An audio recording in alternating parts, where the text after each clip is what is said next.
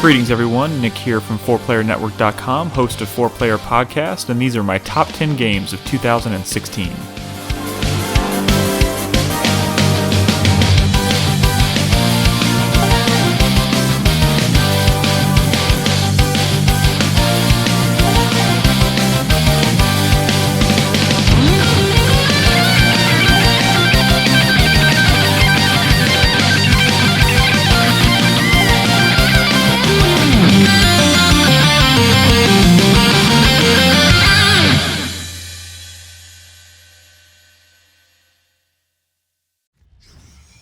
Coming in at number 10 is Doom. Now, 2016 was an incredible year for gaming. In fact, this is probably one of the hardest lists I've ever had to nail down. And going into it, I had some serious doubts about Doom. I never thought in a million years it would be as big as it is. I thought at best it might be a financial success for Bethesda.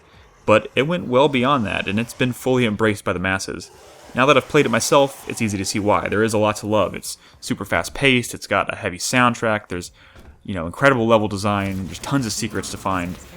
But let's be fair, let's be real for a second. Reboots these days rarely share more than a name with their predecessors. In fact, a lot of times they barely resemble the game they aim to pay homage to. I mean, just look at games like Doom 3 or the upcoming Resident Evil 7 and know what I'm talking about. It's not necessarily a bad thing, it's just really refreshing to see a game like Doom do something different. And what Doom 2016 does is blend classic Doom with modern mechanics and presentation standards, and believe it or not, it works really well. Now, Doom as a series doesn't necessarily mean to me what it means to a lot of people. It wasn't really my introduction to gaming or my, the first crazy shooter I ever played, but I've always enjoyed it and I've always respected it. It's a great game, to be sure. It did leave a little bit to be desired for me. It wasn't always necessarily my cup of tea, but what Doom 2016 does is it takes classic Doom and it fills in the missing pieces for me. I mean, they even managed to keep that B-movie story from Doom 3 and then layer it on top of classic Doom gameplay, and that's just fucking cool. On a quick side note, there is something really cool about the way this game looks and animates. It's just super slick and it uses lighting, particle, and field of view effects really, really well. More importantly though, the intricate level design that made classic Doom such a staple makes a welcome return here. It's super vertical, it's super expansive, there's it feels way bigger and way grander than most modern shooters do these days. And to top it all off, it's full, the levels are packed full of really cool secrets to find.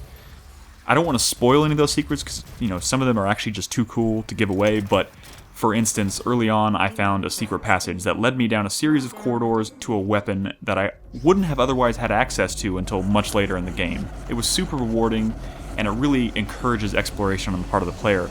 And then you add on top of that the over-the-top gore, the rune system, the light RPG elements, and the music. Oh my god, the music in this game is so, so, so good, especially if you're someone like me who really appreciates harder music. In the end though, it was just really great to see the raw intensity of the original Doom brought to life with modern design sensibilities. In a lot of ways, it's the perfect reboot. Now that we got that out of the way though, Chris Davis, cue the music. Alright, sitting at number 9 is Quantum Break. Now, this game had a lot going for it right out of the gate. It is made by Remedy, the guys who did Max Payne and Alan Wake, and if you know me, you know I hold Alan Wake in especially high regard. On top of that, it's a new IP, it's a story about time travel and time manipulation, which at the very least, those are always entertaining. But Remedy didn't stop at just making another respectable third-person shooter. They filled the story in this game with big Hollywood names from shows like The Wire, Game of Thrones, Lord of the Rings, and Shawn Ashmore. And kidding aside, he also does a pretty great job. Now, in addition to just making a shooter with a cool story, they developed an entire 4-episode live-action TV show. And essentially the way it works is you play a chapter of the game, then you watch an episode of the show. And for the most part, it's well acted, it's well written, and it's dripping with detail. Almost too much detail at times. But the events of the show can even be affected by major decisions that are made at turning points in the game story. All of this kind of comes together and makes Quantum Break easily Remedy's most ambitious project ever. From a storytelling perspective, it's a pretty fascinating and largely successful experiment. Gameplay blends classic Remedy bullet time action with powers that let you control the flow of time, all of which is explained in the course of the story, which I won't really bother going into detail about here.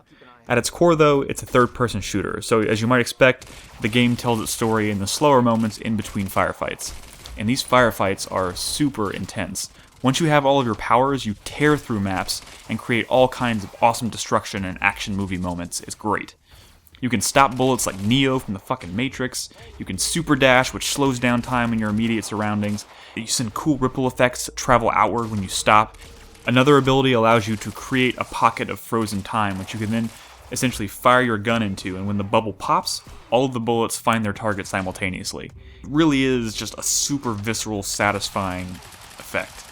Now, the combat chains all of these cool abilities together with classic third-person shooting, and the result is pretty spectacular. There are also a fair amount of jaw-dropping set pieces that make the campaign super exciting and super memorable that I won't spoil here because they're pretty awesome. But honestly, it was the wacky approach to the storytelling that also sealed the deal for me.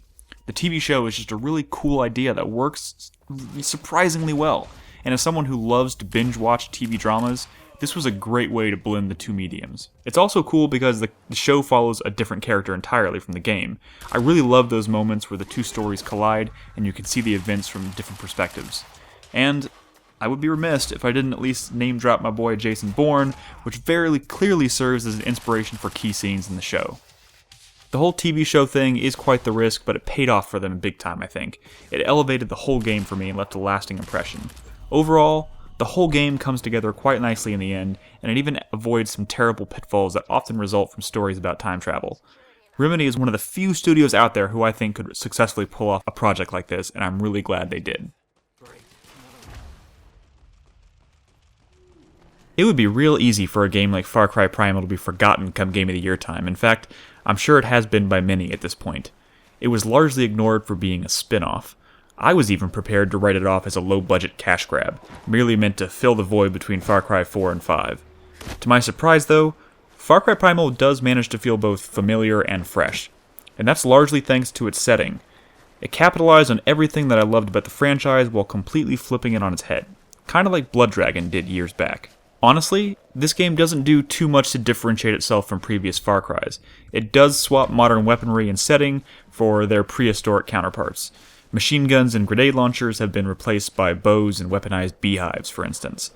And the game does also sport a great bow and arrow. I mean, we all love using bow and arrows in games, but this game continues the Far Cry tradition of having really fun bows to use. And I used it almost exclusively for the entire 30+ hour experience, and I never got bored of it thanks to some really great upgrades. Now, I'll be honest, weapon variety may have taken a small step backwards for the series, but the weapons that are there are a ton of fun to wield. They did expand greatly on the elephant riding and ghost tiger mechanics from 4 this time around. In fact, you can now tame and control all kinds of wild animals, which as you might imagine is pretty damn cool. You can fucking ride a saber-toothed tiger. It's, that's fucking cool. But again, the moment-to-moment gameplay is largely untouched, so I won't really waste much time trying to sell you on that. If you liked Far Cry 2 through 4, it's safe to say you're probably going to like Far Cry Primal as well. But from a presentation standpoint, I loved everything about Far Cry Primal. The world itself could easily be remembered as one of the best of the year.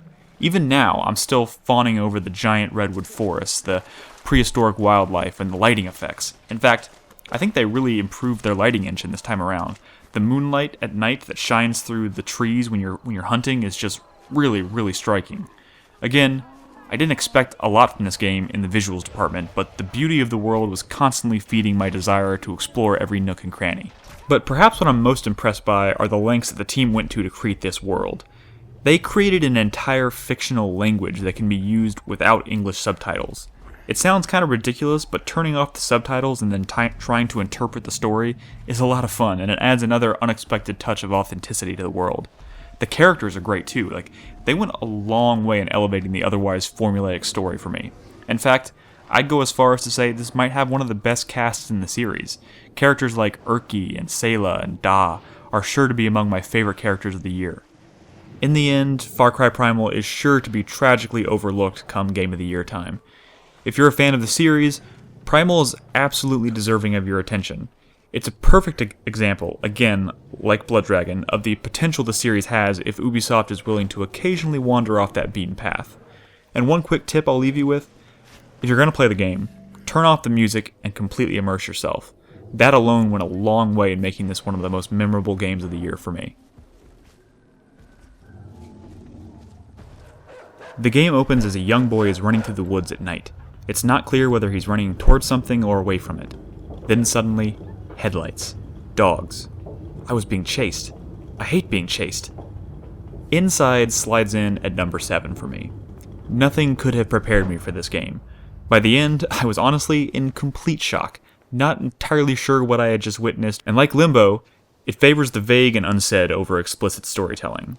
The game itself is riddled with simple spatial reasoning puzzles, and to be clear, simple is not a word I'm using to criticize.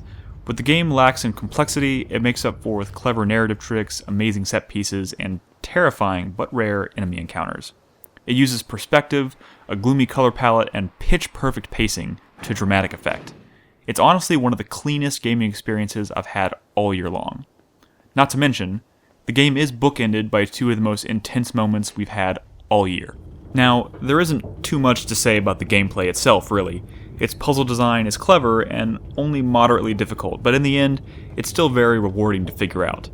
Its simplicity keeps the game moving towards the end at a perfect pace. What I can say is that the game feels great from a platforming perspective. I enjoyed controlling this character way more than the boy in Limbo, especially when you're swimming, which is weird to think about. The game does throw several curveballs at you. One that comes to mind is perhaps one of the most horrifying enemy encounters I've had in years, but Inside really shines thanks to its presentation and its story. And what can I say about this aspect of the game without spoiling it? Because trust me, that's the last thing I want to do. If you've played Limbo, you kinda know what to expect already, tonally at least. Playdead Studios certainly hasn't shied away from the morbid in the years since they released Limbo.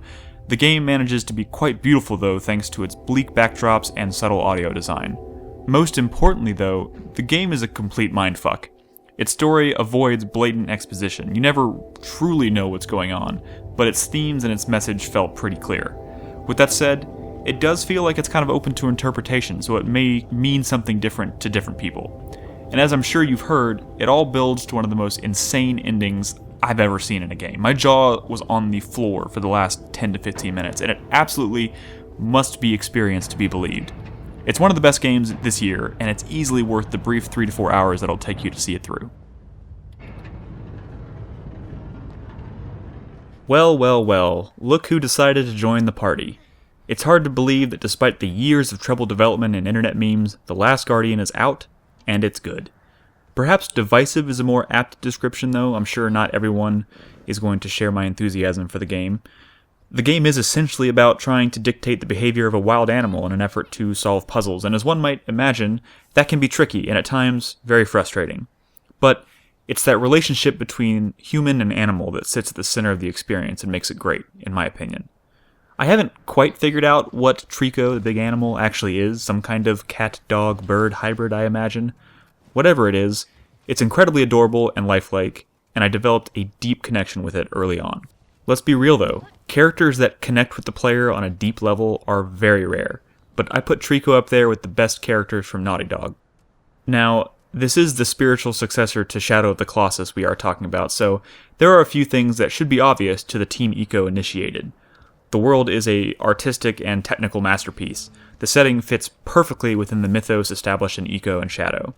I loved how vertical this game was though, because so much of the platforming involved riding on the back of a giant creature, which makes a lot of those sequences incredibly tense. You can really tell the writers had a lot of fun with the storytelling because the settings serviced the narrative so well.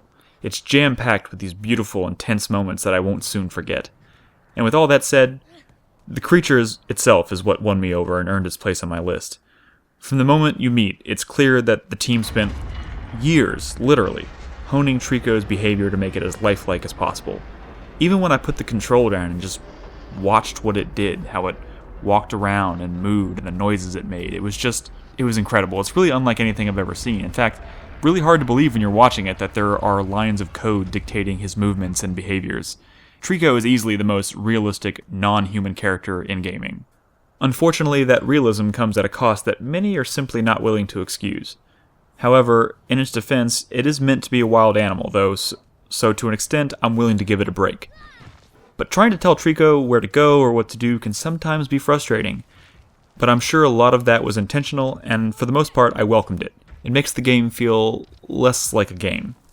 In much the same way a new pet owner builds a relationship and a connection with a new dog, the evolution of the relationship felt really genuine. It begins with a general lack of trust, even hostility, and slowly evolved into a friendship and a codependency that by the end of the game was just super, super endearing. And goddamn, did my heart stop at moments in this game when Trico was in danger, or scared, or injured.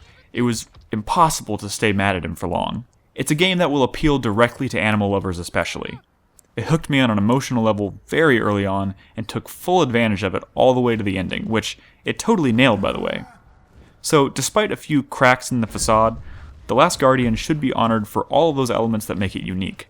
My hope is that most can forgive these few transgressions because The Last Guardian is unlike anything out there, and for some, like me, it was totally worth the wait.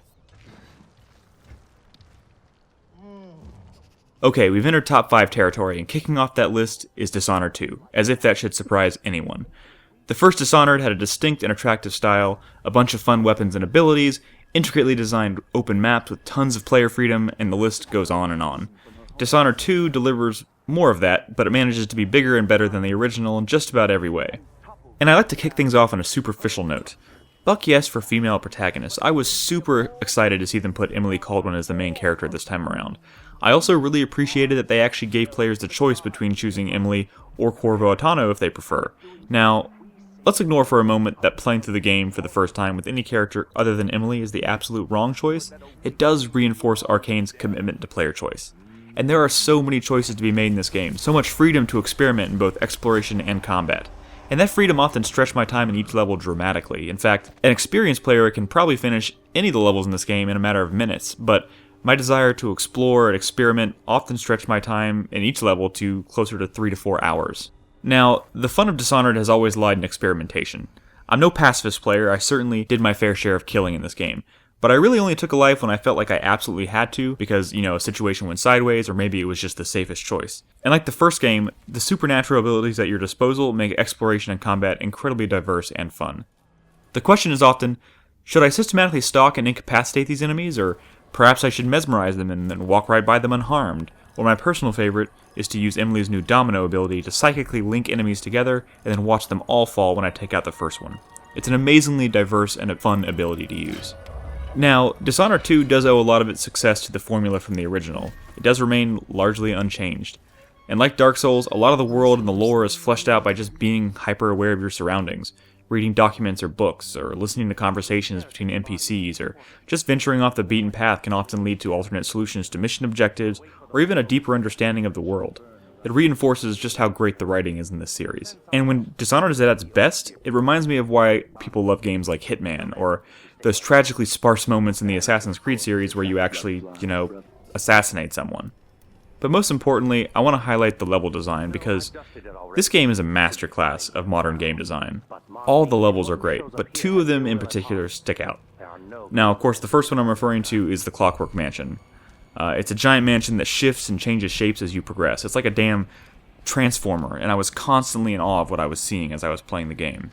And that moment when I realized I could zip into the inner workings of the mansion as the walls were flipping around was completely mind-blowing. I kept thinking to myself, how in the world could they top something like this?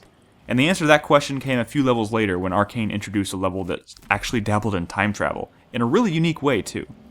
I could go on and on about Dishonored 2. The important thing to stress is that Dishonored continues to exemplify how story and gameplay can go hand in hand. It's still one of the best at this. It may not be the most original experience I had this year, but it certainly stands tall as one of the best. First, I'll say this. I'm a newbie to this series, but I have played a lot of Dark Souls this year. I started 1 early in the year, and I finished Dark Souls 2 shortly after the release of 3, but unfortunately, I have yet to finish 3. So I hope you'll forgive me for including it on this list. The important thing is that I know with certainty that I absolutely adore this series. Yes, even 2. That game was great. The series does have a bit of a reputation for brutality amongst its fans, but after almost 3 games, 4 if you count last year's Bloodborne, I've never really felt Dark Souls didn't justify its difficulty. The sense of progression and accomplishment is unparalleled. Everything about the series speaks to me. The world itself and the lore that permeates it is dark, it's mysterious, it's beautiful. I love it. I honestly think it deserves to be held in high regard among other great literary fantasy worlds we all know and love because the creators here obviously put a lot of thought into the history of this world and how everything fits together. The world is bizarre and obtuse in the best way possible, and I'm sure you can all agree with me when I say there is really nothing out there quite like the world in a Dark Souls game.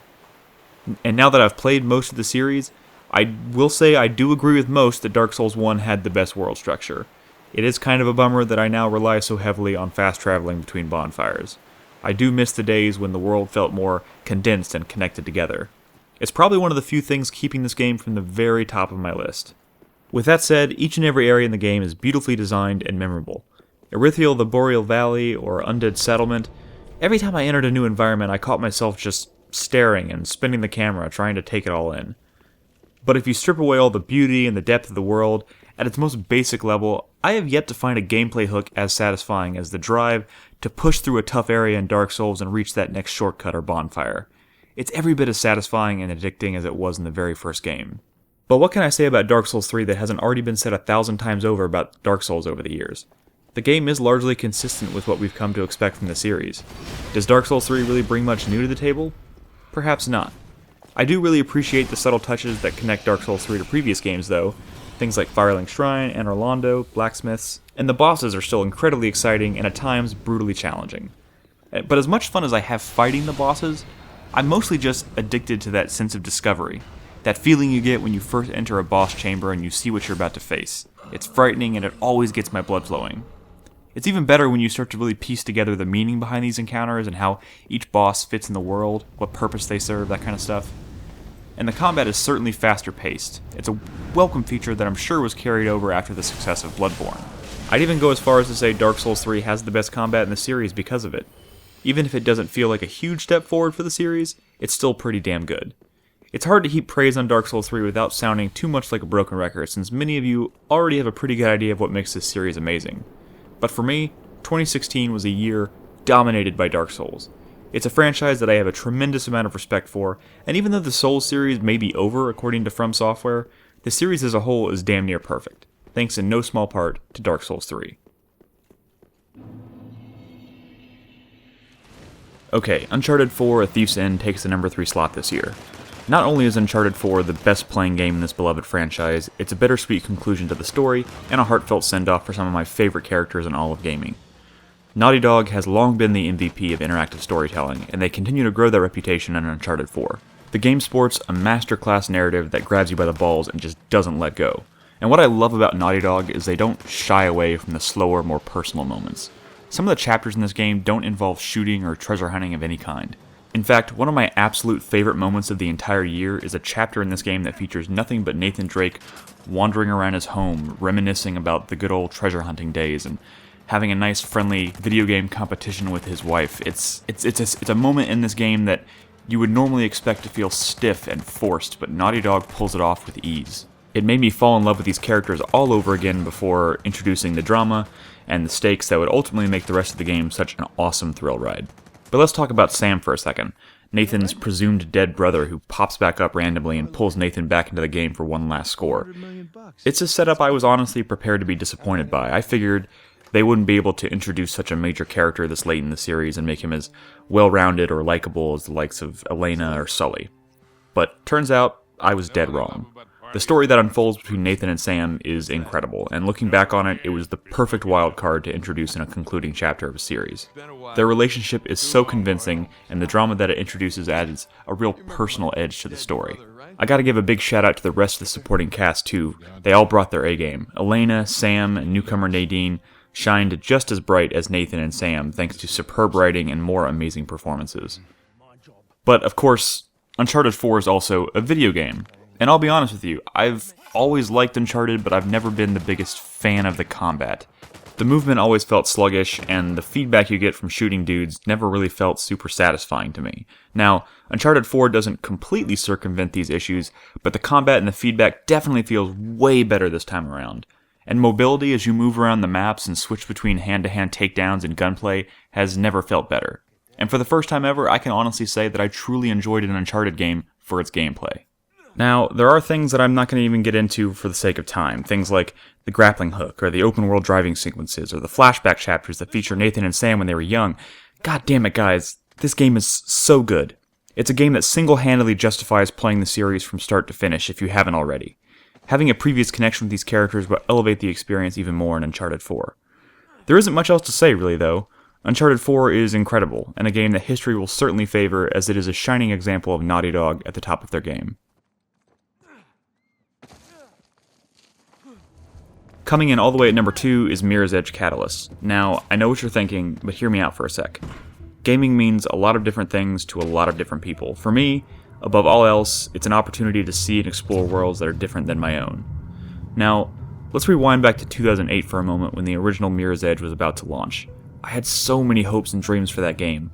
Something about it just looked so magical to me, I don't know. The City of Glass was a world unlike anything I'd ever seen or explored in a game before, and I couldn't wait. The premise of a society living in fear in such a beautiful but sterile place, and these runners who risk their lives and their freedom in a struggle to topple an oppressive government seemed ripe for an awesome story, right? Well, what we got instead was disappointingly linear and a tad boring. It was a huge missed opportunity.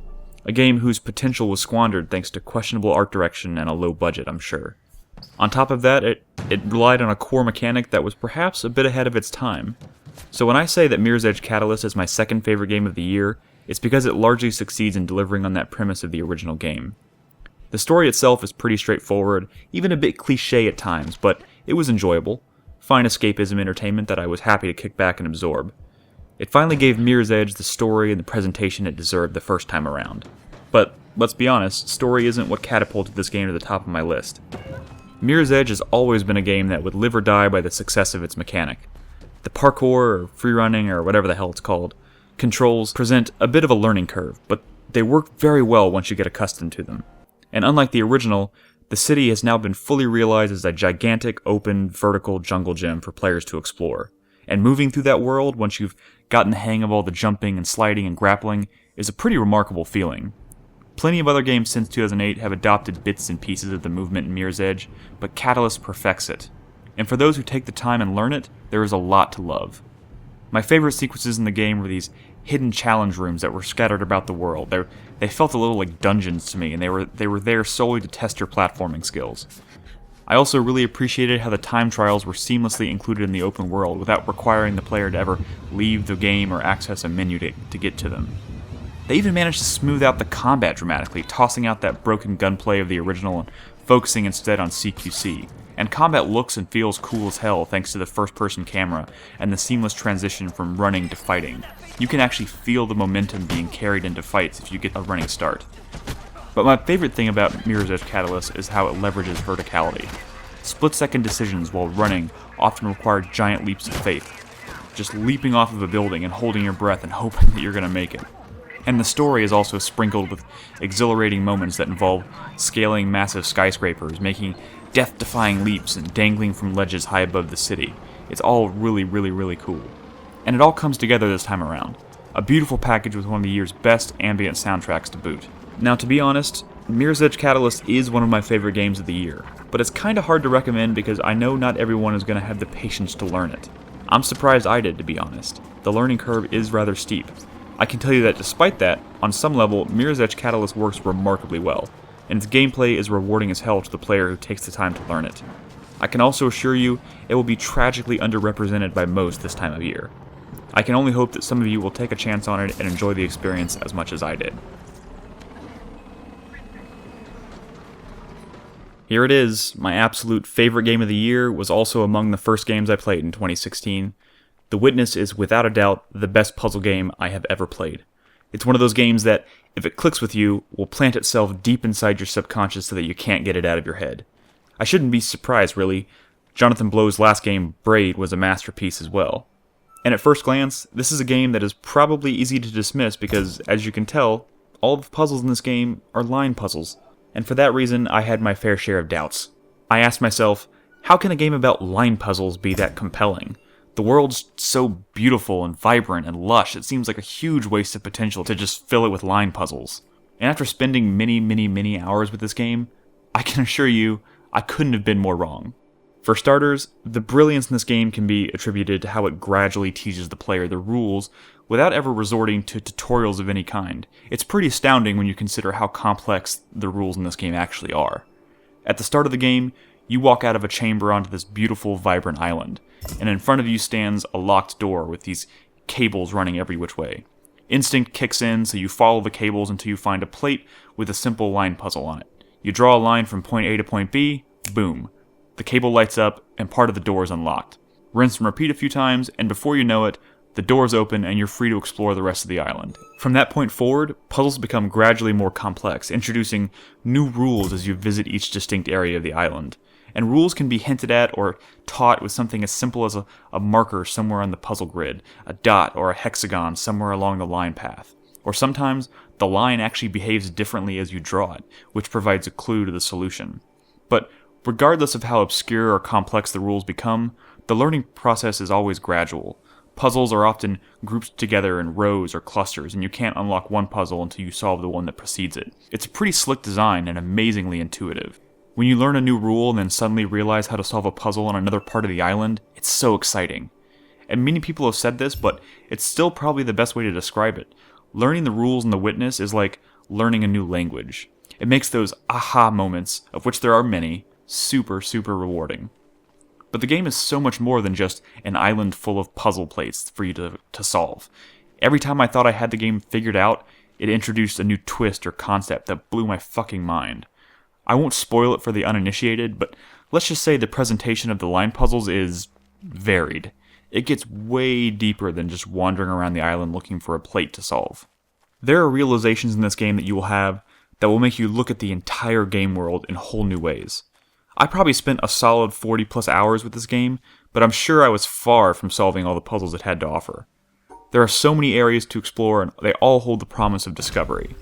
It gets even crazier when puzzles start to use multiple rules in later parts of the game, but by that time, you should have a pretty good understanding of the world and the rules, and nothing really ever seems impossible. I kind of take that back. A few puzzles did beat me. There are even a few puzzles that took a good 30 to 45 minutes to solve. I went through an entire notepad of real paper while trying to wrap my head around some of these trickier puzzles. I took the notepad with me places so that I could try to make progress in this game even when I wasn't home. It's one of those. There is a narrative arc that's delivered via audio logs, and they're meant to provide clues as to why the island is full of people who have apparently been turned to stone. Unfortunately, it was a little too philosophical for my taste. It gets its head pretty far up its own ass, to the point that I really couldn't make heads or tails of most of it. But by the end, that didn't really matter much. It fit within the world, and the other strengths of the game more than made up for it. I can't recommend this game enough. It's a must-play for anyone who appreciates the puzzle genre. It won't appeal to everybody, but it's an experience unlike anything I've ever played before, and it stayed with me long after I finished it, making it my favorite game of 2016. And there you have it. Those are my top 10 games of 2016. Honorable mention goes to Final Fantasy 15, which just barely missed my list this year. 2017 is shaping up to be a great year as well. We hope you'll be joining us. Cheers.